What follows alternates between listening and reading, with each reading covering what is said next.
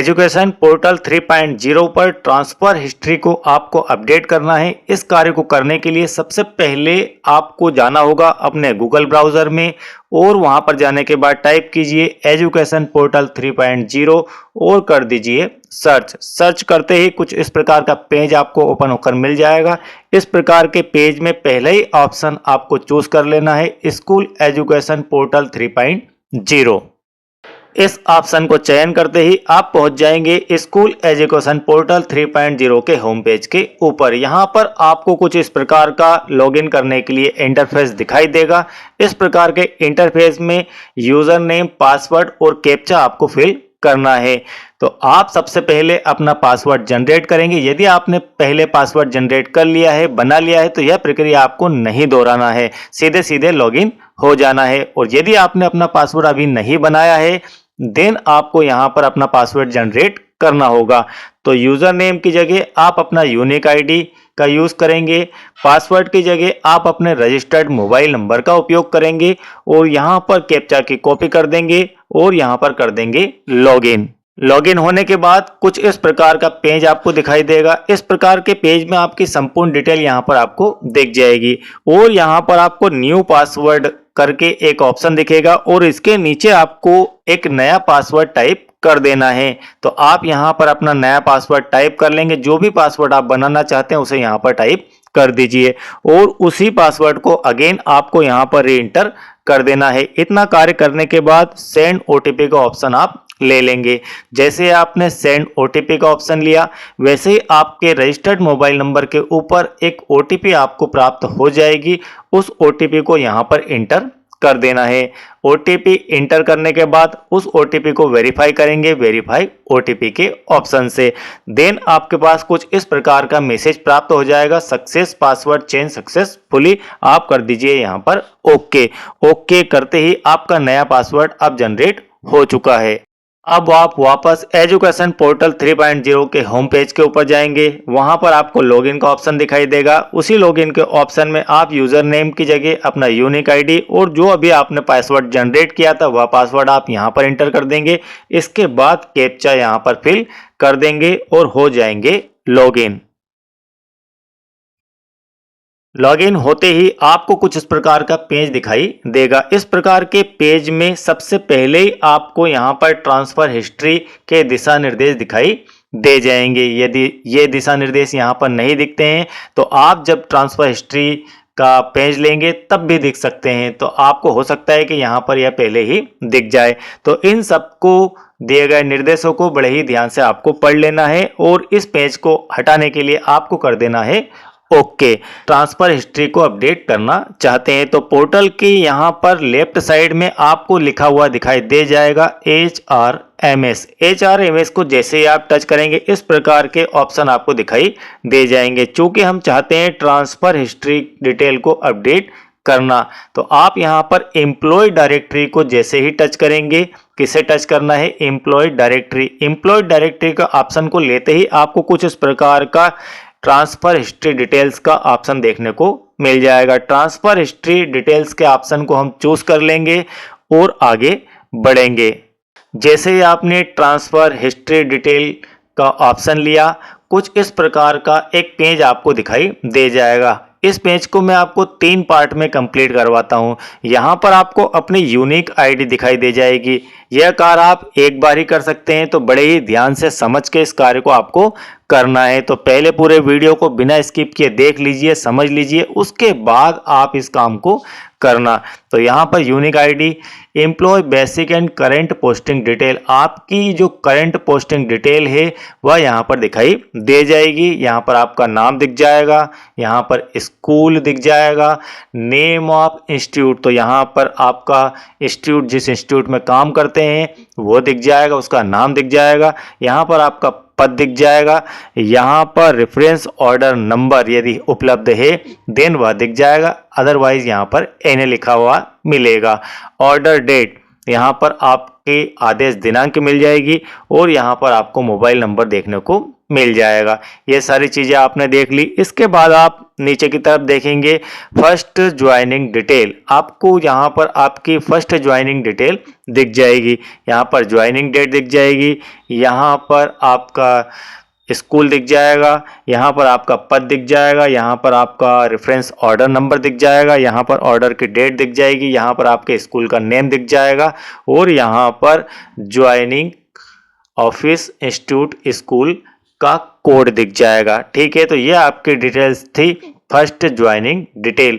इसके अंदर यदि कोई कमी आपको दिखती है तो आप यहाँ पर इसे पूरा कर सकते हैं। ठीक है, अब हम चलते हैं इसके नीचे की तरफ, ट्रांसफर हिस्ट्री डिटेल, जहां आपको अब अपडेशन करना है। अब हम देखते हैं ट्रांसफर, प्रमोशन और डेपुटेशन के रिकॉर्ड को किस प्रकार से आपको अपडेट करना है। यह पार्ट सबसे महत्वपूर्ण पार्ट है, मोस्ट आईएमपी पार्ट है और इस पार्ट को ही आप पार्ट बी भी कह सकते हैं। पार्ट ए आपका सामान्य रिकॉर्ड, सामान्य जानकारियों को अपडेट करने संबंधी है और पार्ट बी आपका ट्रांसफर, प्रमोशन और डेपुटेशन रिकॉर्ड को अपडेट करने संबंधी है। यहाँ पर नोट दिया गया है, पूर्व सेवा काल के दौरान प्रथम नियुक्ति के पश्चात लागू हुए प्रत्येक ट्रांसफर, प्रमोशन और डेपुटेशन की जानकारी प्रविष्ट करें एवं आवश्यक दस्तावेजों को आपको अपलोड करना है। पढ़े ही ध्यान से पहले इस वीडियो को बिना स्किप किए देख लीजिए, उसके बाद ही यह जानकारी आपको अपडेट करना है।